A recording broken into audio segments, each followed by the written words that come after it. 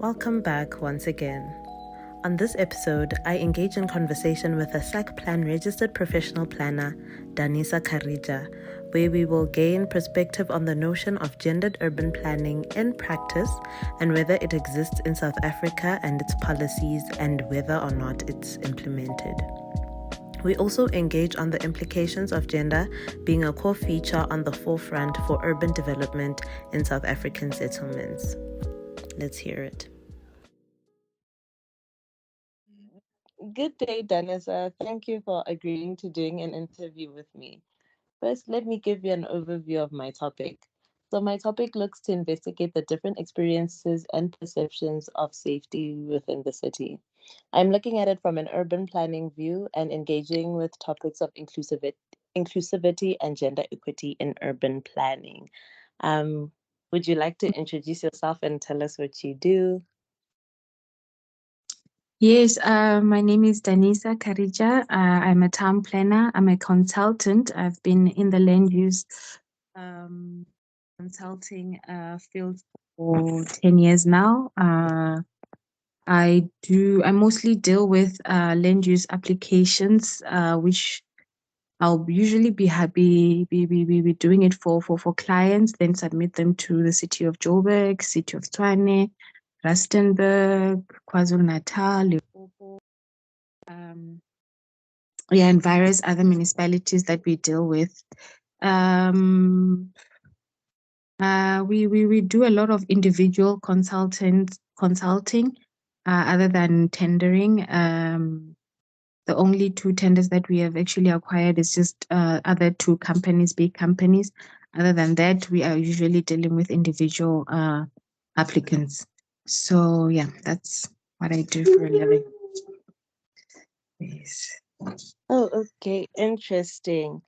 Yes, so I would like to gain insight from you, from the urban planning perspective on my topic. So, from the view of an urban planner or professional planner, in practice, do you think it is important to consider gender in urban development? Yes, I think it is important. Looking at specifically the social amenities that should be incorporated in planning, be it parks, be it shopping complexes that are closer to the living in the residential areas, be it schools and all of that. I feel like if we have to incorporate such amenities closer to mothers who are actually the caregivers of kids, I think if everything is closer to where women reside, it gives a better safety for them and for their children. Mothers are more what is this? They're nurturers. So if different types of kids, even disabled, are more dependent on mothers, and therefore safety should be incorporated in planning more. Oh, interesting. That's the first I've gotten a view.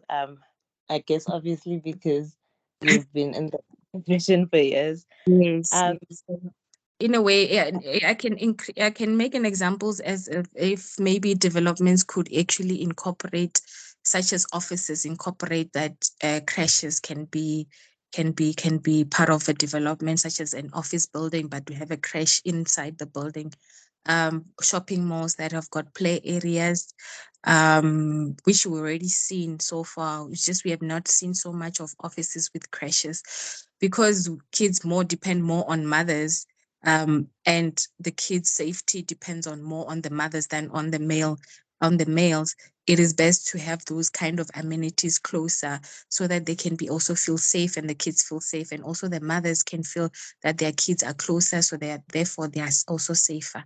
So parks, I've seen it. City Parks in City of Johannesburg has done mostly incorporating parks in each and every development. The Department of EISD also encourages more of nature preservation, which if you do encourage nature preservation, then you do encourage things that play areas where you can be able to have kids who are playing closer to homes. Yeah, that's all. Yeah, that's what I had. That's how I. Yeah. Oh, okay. That is a very interesting view. Another question I have is that has gendered urban planning been considered in the South African context in terms of practice? I think you've covered a bit of that, and Yes. but also in policy, is gendered urban planning evident in policy? You wouldn't say specifically that all the planning that is happening is specifically targeting women, but you can tell by the planning that, with spatial planning, what planning is trying to do is trying to make sure that people are more closer to where they work, are more closer to amenities and not further scattered around. So it doesn't make sense for someone to be working in CBD Johannesburg but staying so far as Vosloorus. Whereas if they are closer, then it makes it easier for women, be it even safety, because some women will work until 6 o'clock. Therefore, she has to walk somewhere and get a taxi. She gets home, she has to walk further again to get home. So if transportation, if spatial development tries to curb such difficulties, then I think say we'll be dealing more with the safety of women.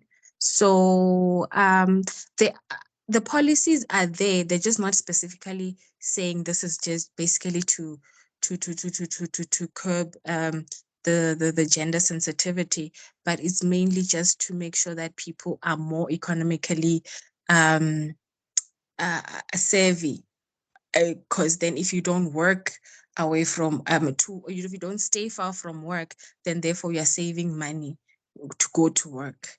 But in other instances, because you cannot look at it only on the economical part of it, there's also the social factor of it, which I was talking about, is the social amenities. If they are closer to where the parents are, then the mothers also feel safer. But also economically, I feel if the jobs are closer to where the women are, then at least they don't have to be experiencing such concerns with safety, looking at how far I have to travel, how many taxis I have to go in. There are so many instances where you find that there were there were crimes that occurred when a woman went in a taxi alone because she was traveling back home, and she had to, because she has no choice. Her job is at 6 o'clock. She has to get into a taxi and go home. So that's yeah, I think it policy wise, it's there. It's just not specifically for that, but it's there. It's just not being, I don't think it's being applied effectively. Oh, okay. I don't know if you'd have knowledge, but Mhm. who is responsible for the implementation? Is it of such policy? Is it the urban planner? Is it, other authoritative organs like the state? Yeah, or what can planners do to ensure implementation if they've got the power to? Uh, Because there are three spheres of government. There will be the national, the provincial, and the local, right? Mostly the local will be the ones that implement some of the policies or some of the acts that have been derived from national into provincial and into local. And therefore, it seems to me that locally they are the ones that should be able to to look at, because it has to be a specific case. What happens in city of Joburg might not happen in Tulamela municipality. But what happens in city of Joburg, they have to be able to do planning that incorporates the social issues that they're having in their areas. And therefore, development obviously would be different in each and every area, looking at its own character. So I feel the people who should be responsible more are the local government, because they are the ones that know exactly what their people need. That's why there's different spheres of government. Mm. Oh, okay, okay, I see.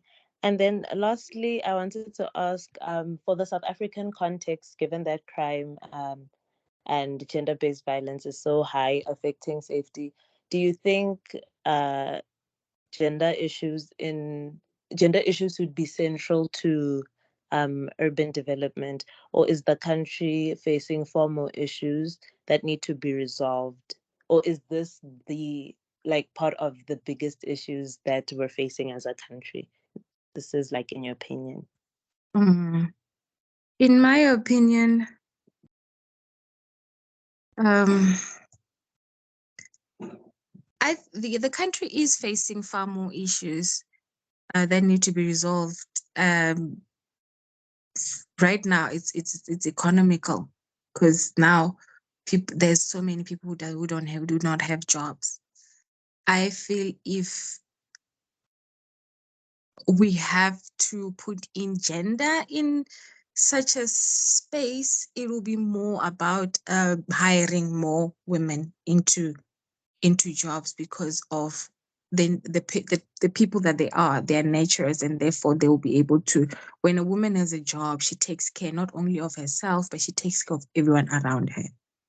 So if if I have to push gender into this, the problems, the issues that the country is facing, it'll be more about hiring more women into into the job sector, and that way I feel uh, everything else can be resolved. But other than that, it still stems back to, it still goes back to the fact that women are the main, they are the key to all of this.